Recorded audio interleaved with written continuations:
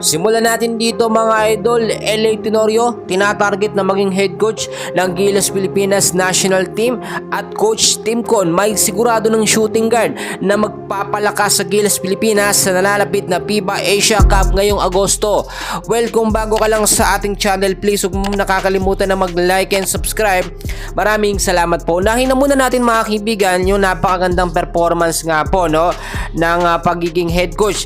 Ito nga pong Gilas Pilipinas player at PBA legend na si LA Tenorio matapos niya makuha ang kanyang first championship as head coach po ng Gilas Pilipinas Youth sa kakatapos lamang na FIBA Under-16 Asia Cup SIBA qualifiers. So mga kaibigan, tulad na aking sinasabi, iba talaga kapag ka nag-head coach ang isang nanggaling po sa pagiging player tulad na lamang po ni LA Tenorio. Nakita nyo naman yung sistema talaga nakuha niya sa kanya experience sa paglalaro sa PBA mga kaibigan kasama na sa Gilas Pilipinas. Alam nyo mga kaibigan, may sistema kasi itong si LA Tenorio na talagang napakahirap masundan hindi kagaya ng sistema ng ibang mga coach.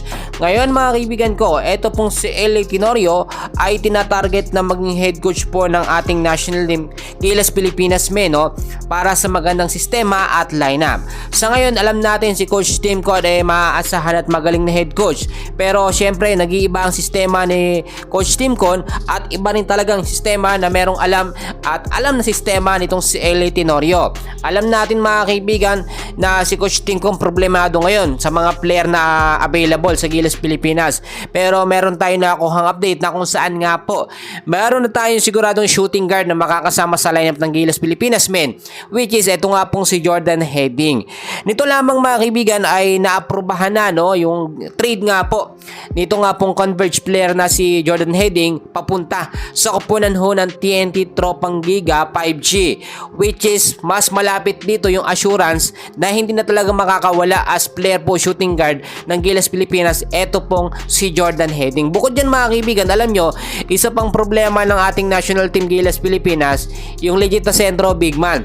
Si Kai Soto kasi nagkaroon ng kumpirmasyon na baka hindi makapaglaro sa ating national team sa Agosto, pero August pa naman yan, ilang buwan pa simula ngayon, may mga posibilidad pa na pwedeng magbago. Alam nyo, kapag injured talaga isang player, hindi yan pwedeng fair sign, pero kung kayang-kaya naman at maganda naman ang kondisyon ng pangangatawan, baka sakali makapaglaro si Kai Soto. Well mga kaibigan ko, para sa akin, kung sakali nga po talagang ituloy nitong si LA Tenorio ang kanyang plano na maging head coach ng Gilas Pilipinas, well para sa akin napakaganda nito. Kung si Chot Reyes nga naging head coach ng Gilas Pilipinas natin, bakit hindi bigyan ng pagkakataon itong si LA Tenorio? Marami namang mga sports analyst yan na nagsasabi, especially mga fans ng Gilas, hindi pa daw sapat yung experience na nalalaman po nitong si LA Tenorio. Alam nyo mga kaibigan, anong experience ba ang gusto nyo? Learning experience si Chot Reyes? Ito naman si Coach Tim Con, alam naman natin triangle offense yan. Bakit hindi natin subukan yung nagpa-kampiyon po sa Gilas Pilipinas Under-16? So pa yan muna ang update natin sa ngayon. Please huwag nyo kakalimutan na mag-like and subscribe. Maraming salamat po.